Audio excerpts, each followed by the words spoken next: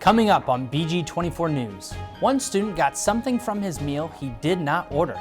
What BGSU says about the incident. And from 31-point underdogs to doing the unthinkable, the Falcons celebrate a historic moment. Plus, a local business offers fall activities just minutes away from campus. That story and more ahead.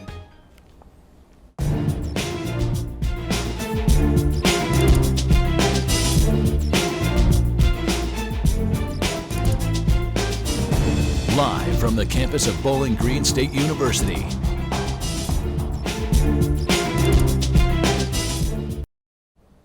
Good evening. Over the weekend, a crash in Wood County claimed the life of a 15-year-old. Welcome to BG24 News. I'm Ethan Watts. The crash happened on King Road, about 15 minutes off of campus. On Saturday, 3 local high school students drove over railroad tracks, causing the front end of their car to hit the ground. The car then crashed into a utility pole, flipped over, trapping the students inside. 15-year-old Ashton Copeland was pronounced dead at the scene. In other news, BGSU continues to take steps to prevent future hazing incidents. BG24 reporter Lana Jones has more. It's Anti-hazing week at BGSU. The Office of Student Engagement is encouraging students to sign the Anti-hazing pledge, as well as other fun activities that they have planned this week. One small step somebody can do by signing their name on a pledge to say, like, I'm pledging to step in, help, and report if I am aware of hazing or hazing activity. It's really important that we're out here at the Union right now with all these people coming in and out, and people can see this and really keep it in their minds through their day as they're going to classes. We have a couple of things. We have some trivia questions. We have the pledge, where students can sign the anti-hazing pledge. We also have a fact sheet. Students are encouraged to sign the Anti-hazing pledge and pick up some goodies that raise awareness for hazing. So we have our anti-hazing buttons for the week, stickers for the weeks, and then we do have wristbands that say Remember Stone Folks on them. This issue hits home for the university after the recent death of hazing victim and BGSU student Stone Foltz. I will say that this year we've definitely had more students involved in our programming and coming to our programs and our educational initiatives this week than we have had in the past couple years. I don't know if that's because of the death of Stone Foltz or if it's because we're back in person, but regardless, I'm happy that they're involved and that they're showing up and being engaged in our programming efforts. The Office of Student Engagement held different events throughout the week, raising awareness about hazing and providing training for student organizations. Reporting for BG24 News, I'm Lana Jones. BGSU plans to hold more anti-hazing events with guest speakers next month. Yesterday was National Voter Registration Day. To honor this event, student-led organization BGSU Votes had a table set up in the Bowen-Thompson Student Union. Students have the option to register to vote or update their voting address. Monday, October 4th, is the last day to register in Ohio. BGSU Votes will be back in the Student Union again tomorrow through Monday from 11 a.m. to 1 p.m. each weekday. Put down the plate. A BGSU student claims he got food poisoning from a restaurant here on campus. BG24 reporter Charlie Ryan has more. These alleged incidents happened over a 2-week period right here at Kreischer Late Night, with one student ending up in the hospital after a meal he received from Burger Bar. Serving both students and robots, Kreischer Late Night serves just over 600 students each night. Kreischer is currently one of the only late-night food options for students to enjoy on campus. Burger Bar, one of the more popular options at late night, is a good place for students to get a quick meal before ending their night. But for some students, they ended the night with stomach cramps and vomiting. I just kind of threw up in the parking lot. So I called 911. I was like, hey, something's wrong. Can you send an ambulance? They're like, yeah. So they sent one. They picked me up. I told them what happened. I didn't know what was going on at the time, so. Jeffries then spent the next 3 days recovering at Wood County Hospital. BG Dining Services Director Richard Roldan says that Dining Services has yet to receive any claims of food poisoning. Currently, there are no investigations looking into these claims from students. The health department here locally, and they have not received any claims or heard of any potentially hazardous or any food-borne illness claims on their end either. BG Dining Services are currently working with local health officials to make sure that this remains an isolated incident. For BG24, I'm Charlie Ryan. Students who do feel symptoms of food poisoning should file a claim to dining services so the university can investigate accordingly. After accepting a $50,000 grant, the city of Bowling Green is continuing work on a recent project. BG24 reporter Macy Southard went downtown to check it out. The Downtown Bowling Green Parklet project holds an event to thank the community for their support and donations. Today, the project will be accepting a grant in hopes to build more parklets.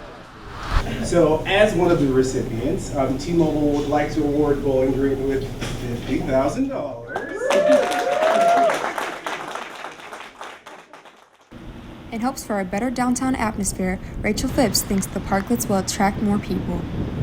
So when we put parklets downtown this summer, we were really hoping to give people a reason to come downtown and dine and shop and hang out. I think the more people that are hanging out on our street, slow walking, riding bikes down here, the better for our local businesses, the more money we spend downtown and all that good stuff. Tony Vetter, the director of Downtown Bowling Green Special Improvement District, discusses potential future plans. Press conference, and now we're going to sit down and say, hey, okay, this is what we want to do. We actually want to enhance some of the parklets that we currently already have with some lighting and some other features. So we'll spend some of that on that, and also for some new builds, because we have some other business owners that are interested in parklets also for this coming year.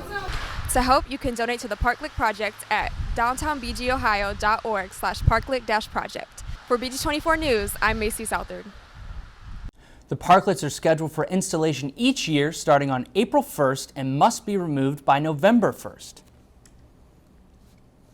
Now let's pass it over to Steven for sports. Steve, how about them Falcons? Well, Ethan, it was another eventful week in BGSU sports. The Falcons found success throughout the entire weekend.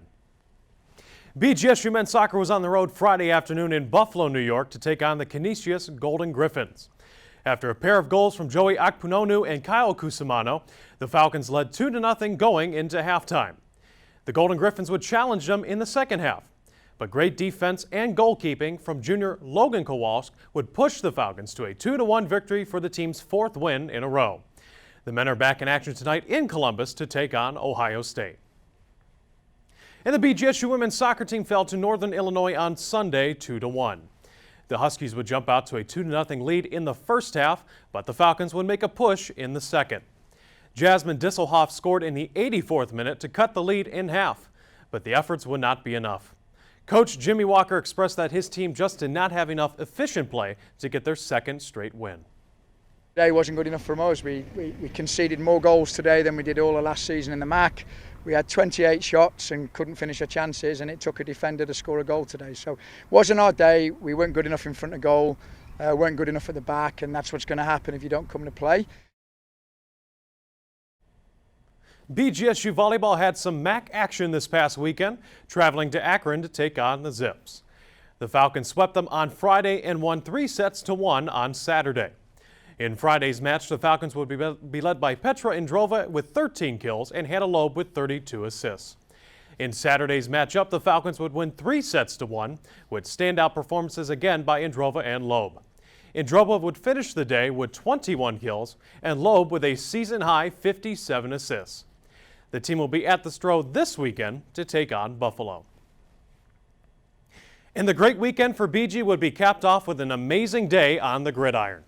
BG football on Saturday upset the heavily favored Minnesota Golden Gophers 14-10 in the Twin Cities. A spirited defensive effort, along with a pair of rushing touchdowns from quarterback Matt McDonald, would lead the Falcons to their first win over a Big Ten school since 2015. Coach Scott Leffler praised his team for their efforts, but is always looking ahead to next week. I couldn't be more happy for a group of kids that have really been through a lot. And we're just going to keep on getting better, keep on improving. We got a huge game this coming week with the beginning of MAC play. Really good football team. I think they're supposed to win our side, and we're going to have a great week of preparation. To celebrate the big win, Falcons flocked to the Union Oval with President Rogers. The first 500 students who came received free pizza, posters, and drinks. Yeah, it's cool actually getting to have like a little bit of a celebration afterwards, getting some food, these really cool posters that they like made. Those are really cool. As an art student, I love the design. But no, it's just really cool to actually see them like do something like this to really celebrate us like getting such a big win. So yeah, it's awesome. The Falcons will look to push their winning streak to 3 games this Saturday at Kent State, with kickoff scheduled for 3:30 p.m. That's all the sports for this week. Talons up, Ethan. Talons up. Thanks, Steve.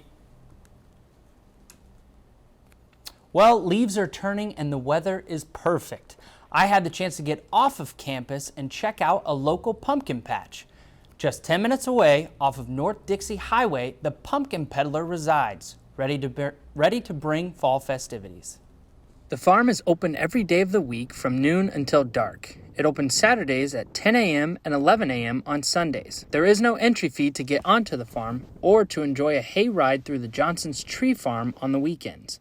We're just having fun, enjoying the sunshine. It's 80-some degrees and looking at pumpkins. So we got 2 painted pumpkins. And we're gonna go guess the weight of a pumpkin, and they said if we win, then we win the pumpkin. We came here to pick up pumpkins and stuff and do the maze. There is also food and refreshments available at the main building on the farm. The business has been open since the late 90s for the Johnsons. According to Jessica Johnson, it is a fun time for all of her family. This is just a happy place for me. Me and my dog come out and walk it often. It's a family place. We do meals for each other on the weekends since we're so busy. I love seeing my cousins' kids grow up out here helping pick pumpkins and clean and stuff. The farm is open through the end of October. Until then, you can go and enjoy games, face painting, and pumpkin mazes on the farm. That's all for today's news. Thank you for joining us. For more news updates, follow us on social media at BG24 TV or go to bgfalconmedia.com. We'll see you all next week.